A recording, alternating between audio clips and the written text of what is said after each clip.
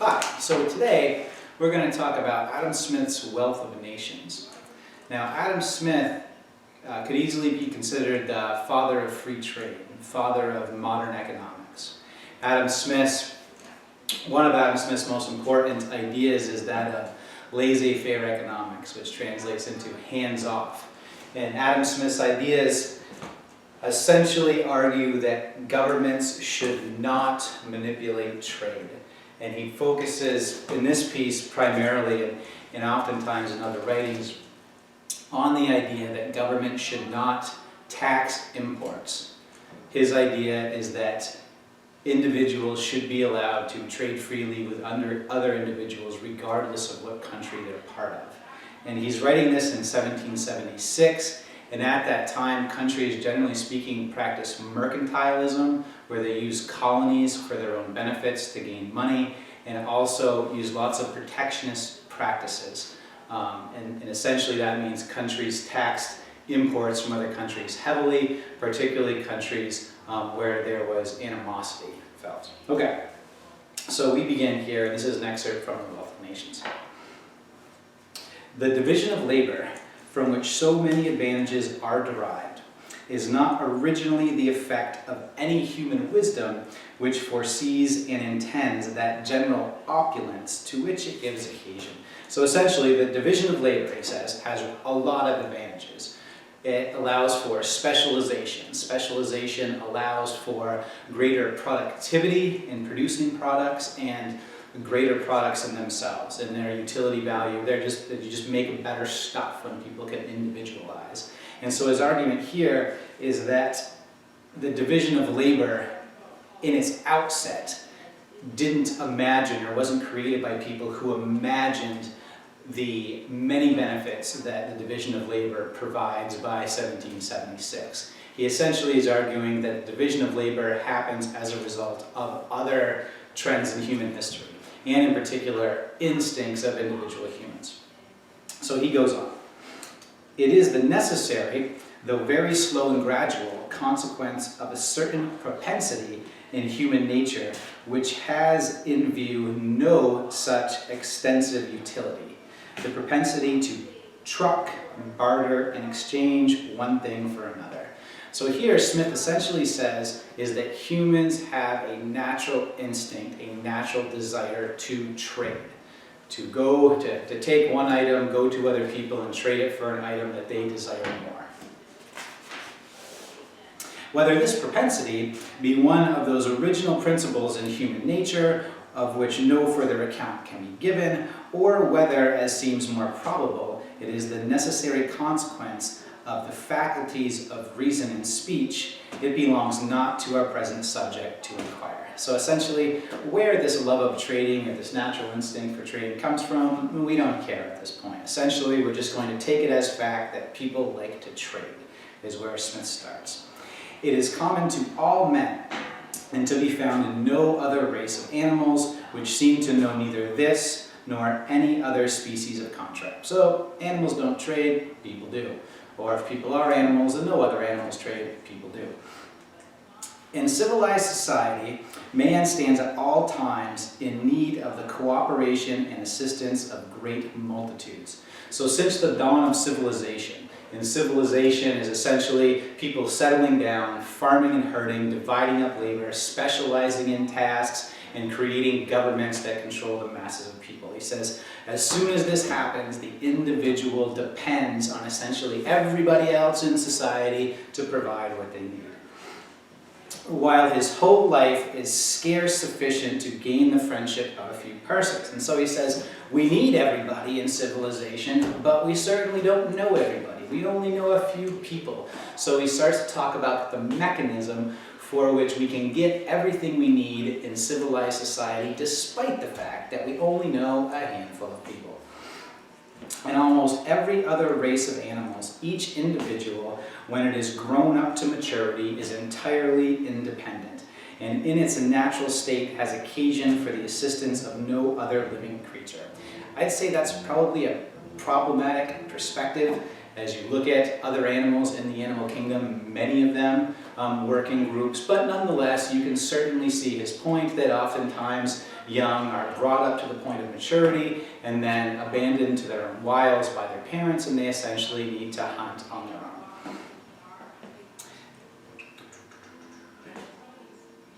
But man has almost constant occasion for the help of his brethren. Man always needs other people's help. And it is in vain for him to expect it from benevolence only. And this is an important transition in this piece of writing, because Smith is saying, okay, we need other people. We only know a few other people. And in order to get what we want from other people, we can't expect them to do it just because they like us. Essentially, people aren't going to hand us food, hand us houses, hand us vehicles, anything that we need just because they like us. He will be more likely to prevail if he can interest their self-love in his favor and show them that it is for their own advantage to do for him what he requires of them. Okay? And so essentially, Smith is saying, in order to get what you want, you have to convince these other people, whom generally you do not know, that it is in their best interest to give you what you want. Okay? Whoever offers another a bargain of any kind proposes to do this. So essentially, when you're bargaining with somebody, when you're trading with somebody, you don't walk in and you say, hey, that's a great coffee cup, right? I think you should give me that coffee cup because I'm a great person, right? And you know I'm a great person, we've hung out, you know, you laugh at my jokes, and therefore please give me the coffee cup. No, that's not what happens. You say, hey, that's a great coffee cup, here's $25, it's in your best interest to take that $25, because maybe it's even in your mind worth more than the coffee cup, so I'll take the coffee cup, here's $25, right? So you have to put, when you're trading, what you are offering in the perspective of it is good for the person you're trading with to take what you have and give you what they have. You have to put it in terms of their best interest. Okay. Give me that which I want, and you shall have this, which you want. It is the meaning of every such offer, as explained in the coffee cup example. And it is in this manner that we obtain from one another the far greater part of those good offices which we stand in need of. Essentially, every time you need something, you go, and in our case, you go and buy it because people want the money. They don't want to be nice to you and give you something you need. They want the money. They want what you got, so they'll give you what they have. It is not from the benevolence of the butcher, the brewer, or the baker that we expect our dinner, but from their regard to their own interest. We address ourselves not to their humanity, but to their self-love, and never talk to them of our own necessities, but of their advantages. Right? So everything is about self-interest for Smith, and he makes a really, really salient point. That's obvious pretty much anytime you go shopping and people don't give you stuff for free. The difference of natural talents in different men is in reality much less than we are aware of, and the very different genius which appears to distinguish men of different professions when grown up to maturity is not upon many occasions so much the cause as the effect of the division of labor.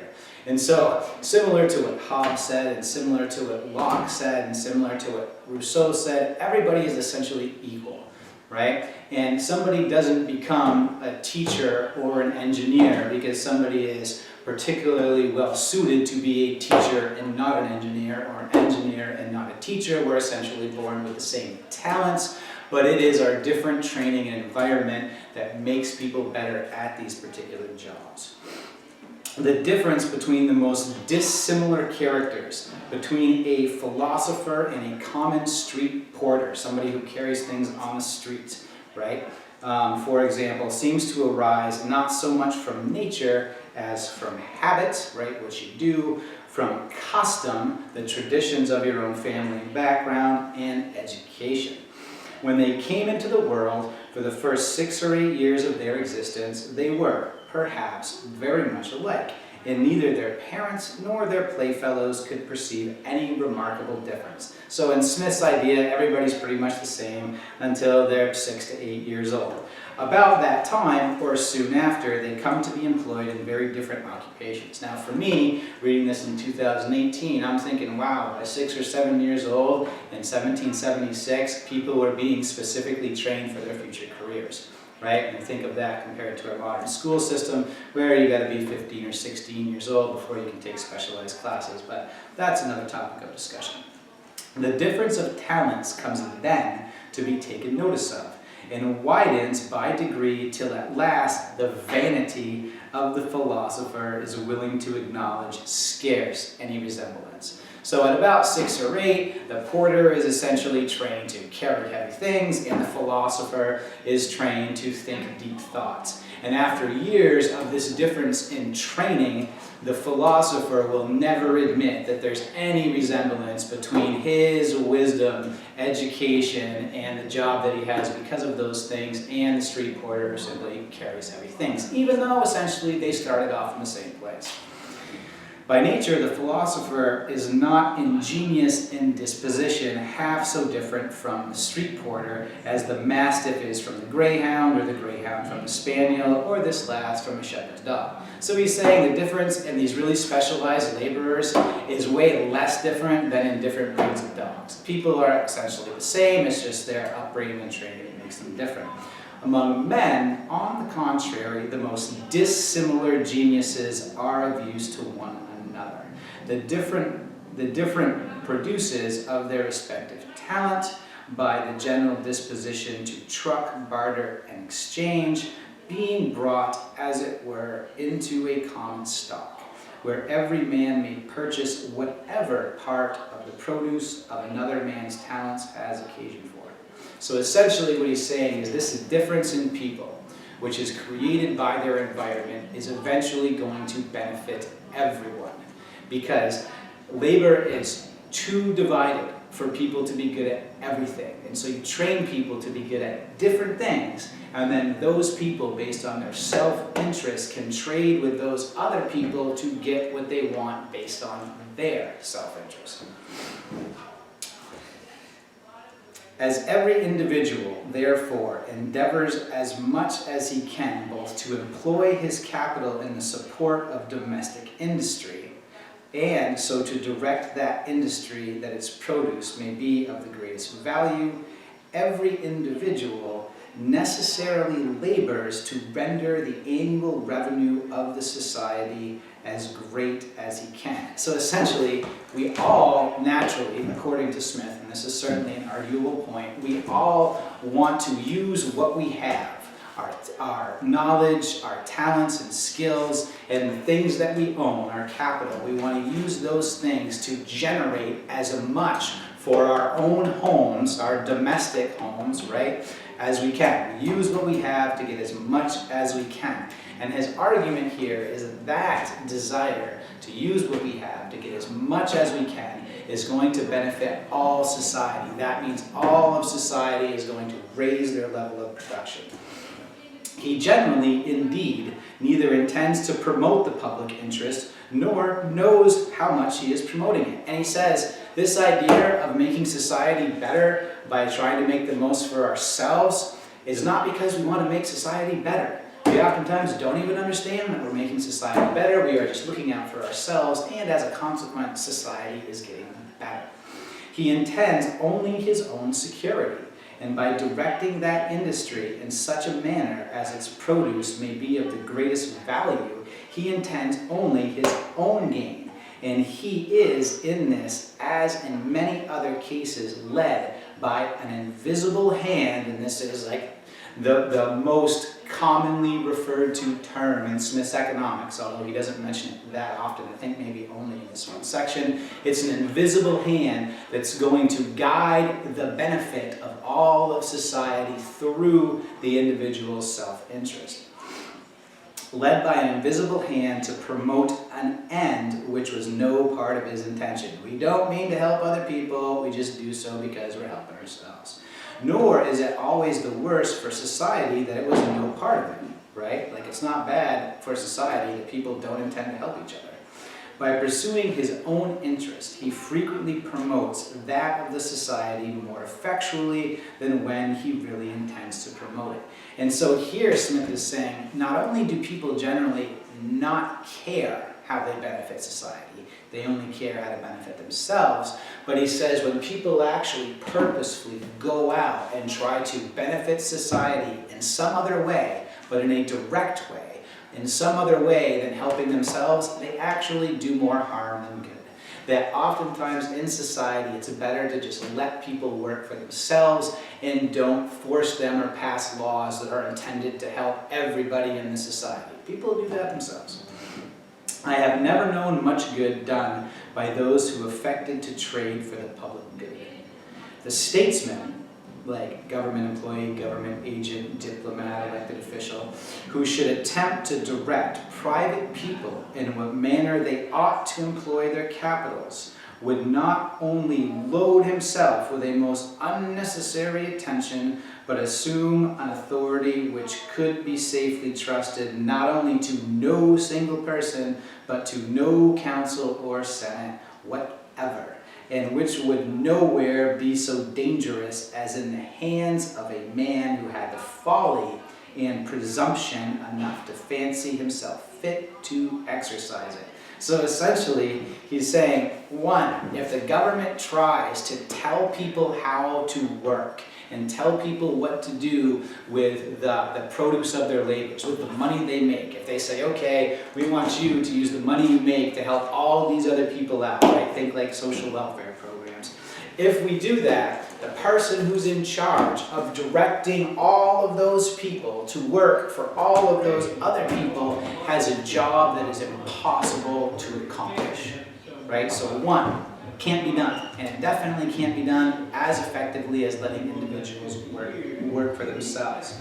And two, any person who thinks that they can control the labor of other people in a way that will benefit everybody is both a fool and presumptuous, right? Like if you think that you're smart enough to tell everybody what they should do for work or what they should do with part of their capital because you think you know what's good for everybody, then Smith is saying that is foolish and presumptuous and dangerous to an economy or to a people. Each nation has been made to look with an invidious eye on the prosperity of all nations with which it trades, and to consider their gain as its own loss. And so Smith says that in 1776, nations look at other nations, at trade with other nations, as bad for themselves. Essentially, if you trade even with another nation, they're benefiting and you're not.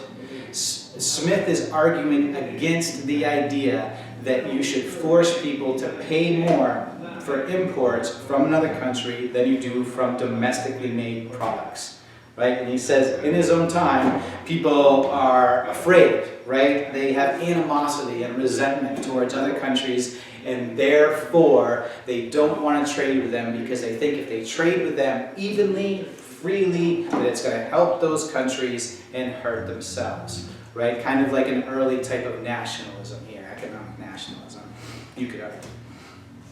Commerce, which ought naturally to be among nations as among individuals a bond of union and friendship, has become the most fertile source of discord and animosity.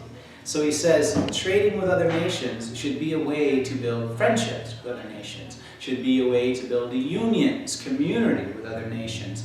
But because we look at other nations with animosity and resentment, that trade actually ends up causing more hatred and war because we will not allow countries to trade freely with us. We tax them when they want to import way more than we tax the people making stuff in our own country.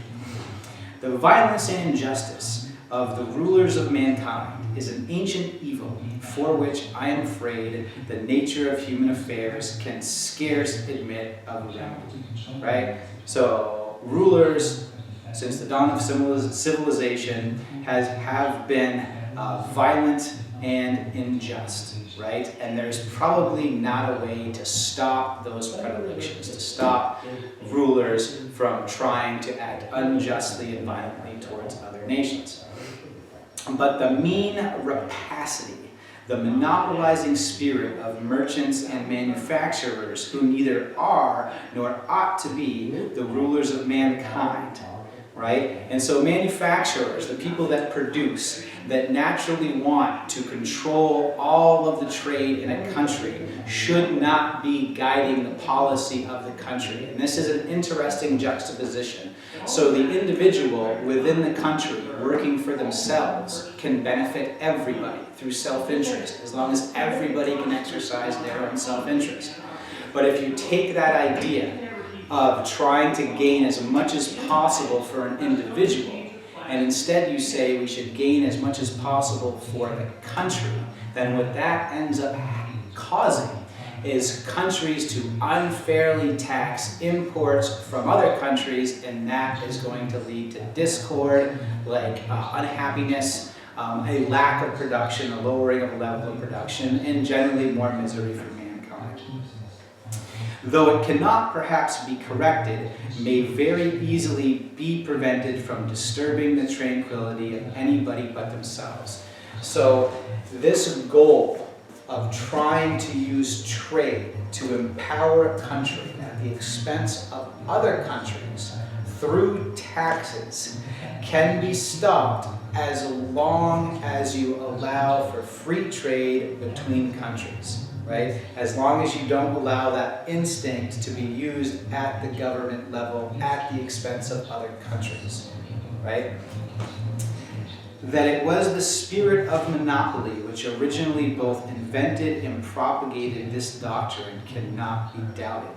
And they who first taught it were by no means such fools as they who believed it, right? And this is another interesting part of Smith's ideas that he doesn't go into a lot in this writing, is he believes in free trade, but he does not believe in the monopolization of markets.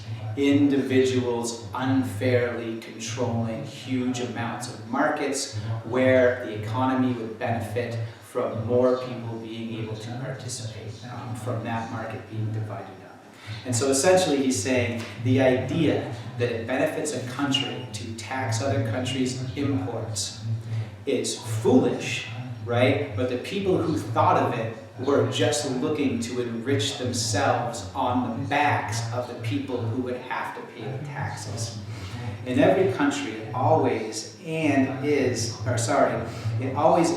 and must be the interest of the great body of people to buy whatever they want of those who sell it the cheapest.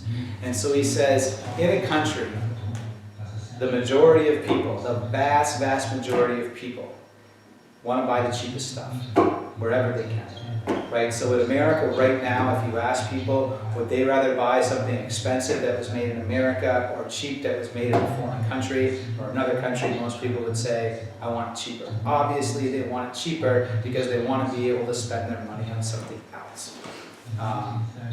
The proposition is so very manifest, so very obvious, you see it everywhere, that it seems ridiculous to take any pains to prove it, right? It's everywhere. We don't need to list any other evidence because it's so obvious. I'd rather pay less for something than more. Nor could it have been ever called in question had not the interested sophistry of merchants and manufacturers confounded the common sense of mankind. And so he's saying nobody would even disagree that taxing imports is bad if it wasn't for the excellent speaking and argument skills of the manufacturers in the home countries who are telling their governments to tax imports. Right? Essentially looked at from the perspective of the individual buyer, taxing imports is obviously not in our best interest. It's stupid. And if it wasn't for these great arguments that home manufacturers could make, perhaps based on patriotism or nationalism, then nobody would even think of it themselves. Their interest is, in this respect, directly opposite to the great body of people. People want stuff for cheap. And it is the interest of the freemen of a guild to hinder the rest of the inhabitants from employing any workmen but themselves. So it is in the interest of the merchants and manufacturers of every country to secure to themselves the monopoly of the home market. In a sense, he says, just like a union doesn't want a business to hire anybody who's not in the union. He's talking about guilds, which back in the day controlled the manufacture of lots of finished products, and they didn't allow people who weren't members of the guild to sell those products. He says just like that makes it more difficult for people to buy the least expensive items, import duties, import taxes make it difficult for the individual to buy things for the least amount of money. Hence, in Great Britain and in most other European countries, the extraordinary duties upon almost all goods imported by alien merchants. So essentially, these good-sounding but ridiculous arguments that merchants have made to governments to tax imports have caused high taxes in all countries in Europe and in Great Britain on goods coming in from other countries. And if those taxes were gone and we just allowed for free trade, then the mass amounts of people in all these countries would benefit. Hence, the high duties and prohibitions upon all those foreign manufacturers which can come into competition with their own. So we tax these people to enrich our own merchants, not to benefit the majority of the people. Hence, too, the extraordinary restraints upon the importation of almost all sorts of goods from those countries, whom national animosity happens to be violently inflamed.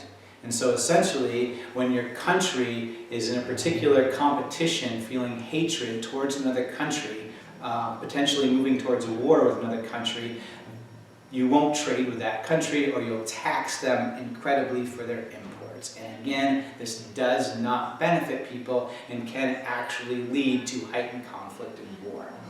This very competition, however, is advantageous to the great body of people. People benefit when countries are not taxed on imports so that they can compete freely, and then the country that can manufacture the best product for the least price is going to be able to produce that product and people can buy it, so people will benefit.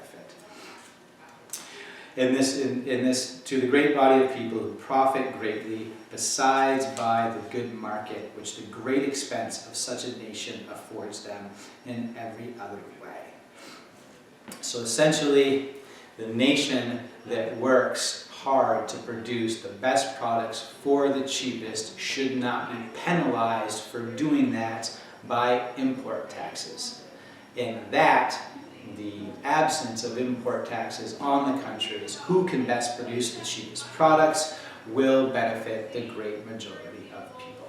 So free trade, according to Smith, is the best way to benefit everybody, because then the people who make the best products for the cheapest can make them available to the most people who want them.